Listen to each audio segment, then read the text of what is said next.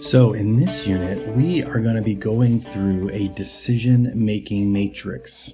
This is going to be, I think, one of the most foundational projects that you'll go through in this class, because it's something that you can use day in and day out for the rest of your life. And it really will begin to help you financially, because it's going to help you think through decisions that you have to make and ultimately probably pay for. So I'm going to walk through just the first portion of the Excel document and give you an idea, just kind of explain a little bit about how you kind of might think through this, just to give you some insight as you prepare your own decision-making matrix for this unit. So let's go ahead and get started. So what I have here is the criteria-based decision matrix. That is going to be what you use for your assignment. So there's going to be some other components to this. There's, I think, a couple of pages, and you want to complete as much of this as possible, because it's important to understand that what this process is trying to get to is not so much the outcome that is important, but more importantly, it's to get you thinking through the decision itself. It's the process of weighing some of your priorities and thinking about beyond just what the book talks about in that binary trap, the idea that there are only two options. When we think about our decisions, we have many options. A lot of times, though, we don't put ourselves in a position to think through all of those options. We make decisions very quickly, and what this process allows us to do is to slow down. So let's go ahead and get started. And again, I'm just going to kind of walk through some of the components that you see here on the screen so that you can start to think about how you would do this for your assignment. The first part of this, before we even really get started in the matrix, is you need to be praying for wisdom and guidance. God tells us that if we pray for wisdom, He will give it to us.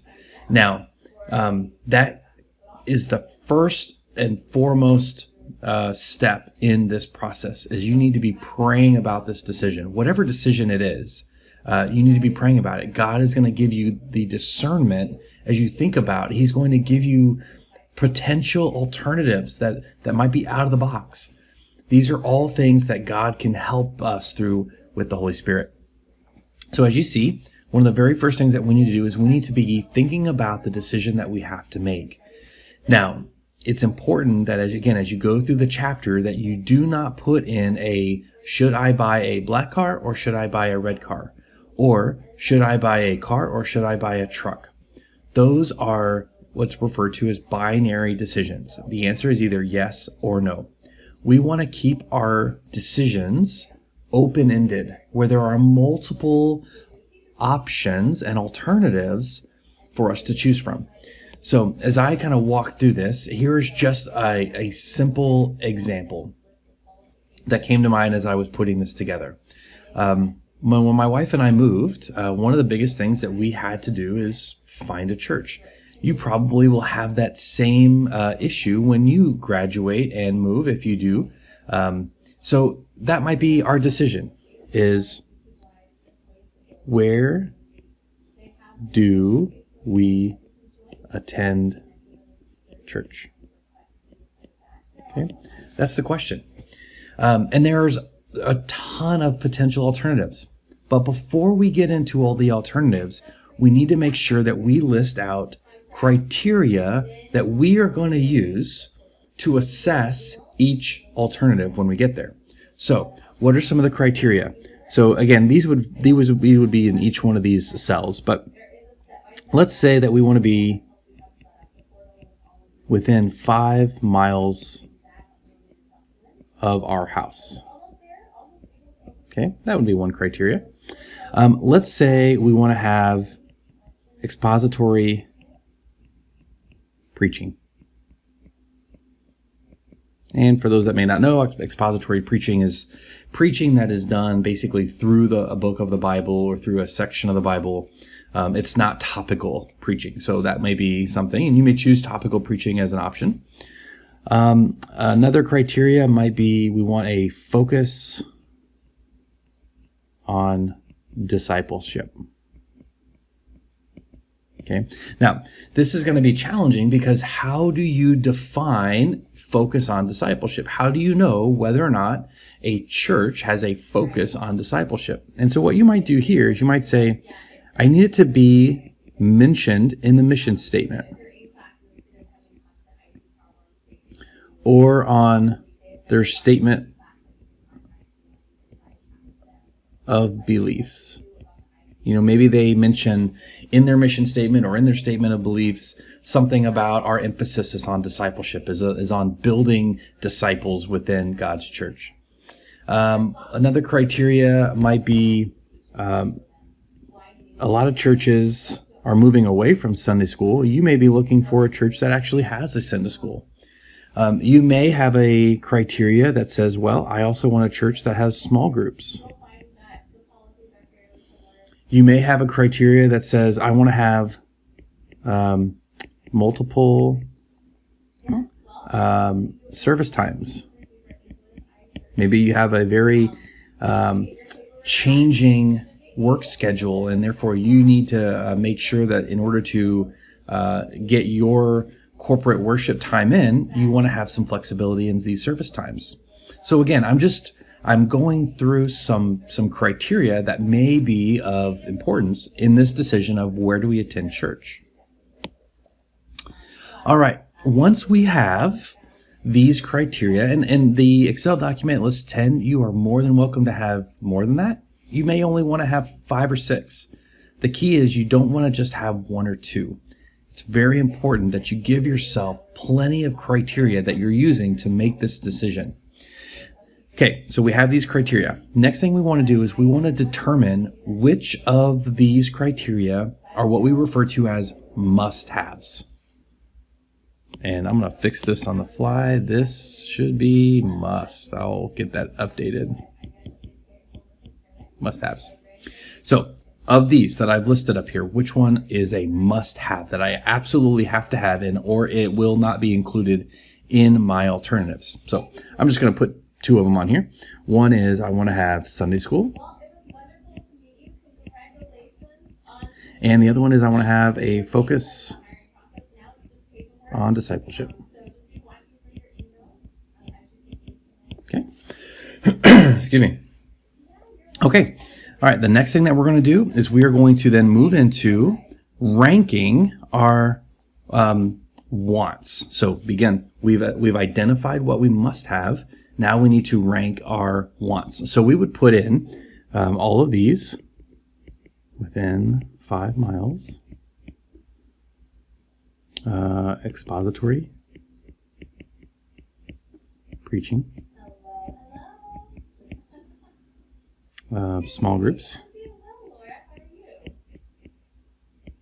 And multiple service times.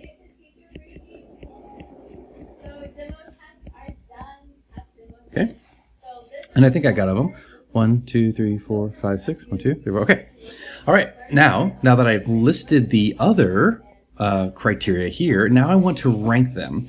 And I want to rank them based on how important this criteria is to my decision.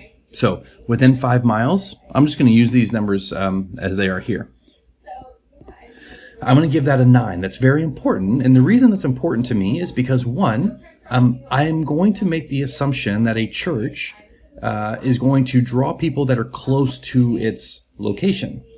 Therefore, if I attend a new church that's within 5 miles of my house, I'm probably going to be meeting people that live within that vicinity. So if I have children, or if I have wanted to get connected with other people in my age group, or if in my career or my profession, then I might choose to be close to people within the same geographic area. That would rank that at pretty high. If that's not important to you, if you're willing to drive 10 or 15 or 20 miles, then that might be a 3 for you.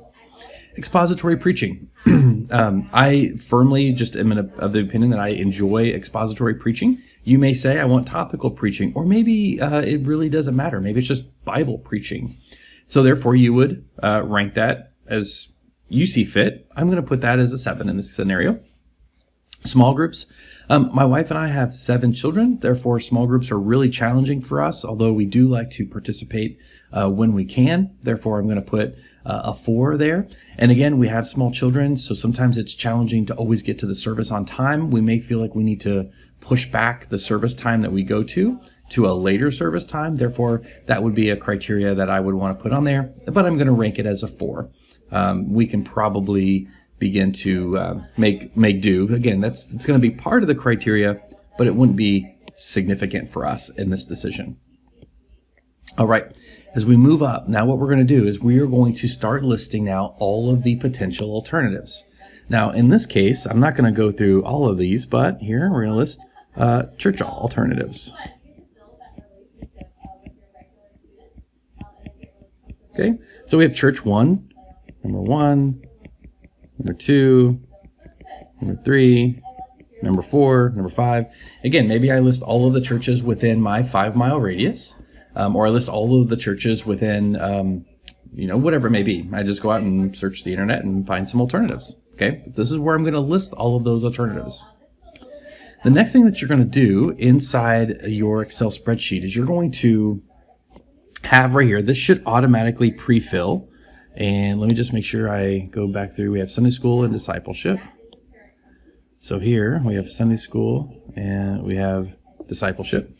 And you are going to now identify, does option number 1, which goes here, option number 2 will go here, option 3 will go here, option 4 will go here, etc. Does this church, option number 1, have Sunday school? And you will identify yes or no. Does this option have focus on discipleship? Yes or no. Now, you can see I've got some of these pre-filled just as an example. Right here, you will see this option, this church does not have Sunday school. It does not have your must-have. Therefore, it is not going to be an alternative. We will not look at that church. Why not? Because it doesn't have what you must have in your decision. So if there are, and uncertain is okay, you just may not be able to ascertain whether or not the alternative has your criteria. You can keep it in your matrix, but you just want to keep in mind you need to probably do a little bit more research there. Okay? All right. And then finally, what you're going to do is we are going to assess how well each one of our alternatives aligns with the criteria. Okay, so let me see if I can, first criteria, oops, let's get rid of that. Sorry about that. All right, within 5 miles. So I'm just going to put 5 miles here. Okay, all right. And here, this is going to automatically fill in. We're just going to put church number 1, number 2. Remember, these are all of the alternatives. Number 3. All right, church number 1 within 5 miles. Let's say this is 2 blocks from my house. That would get probably a very high number, a 10, right? I could walk to church. I could ride my bike to church. That's not very far. So that would be a church that gets a very high number. What about possibility number 2? Let's say this is 4.5 miles. Well, that's going to get a 3, right? That's almost at the very edge of my distance. So although it's a high priority, I'm going to assign it a 3 because it's kind of that very, very, very far end of the criteria. Now, what you have to keep in mind is that your decision, your desire, this criteria is being assessed to this alternative only. We are not doing anything else but assessing this alternative right here with this criteria, okay? And we do that all the way through, okay? Then what will happen is in the next spreadsheet, you will get something that looks like this, and it will automatically be pre-filled for you. Now, the great thing about this matrix is it will then highlight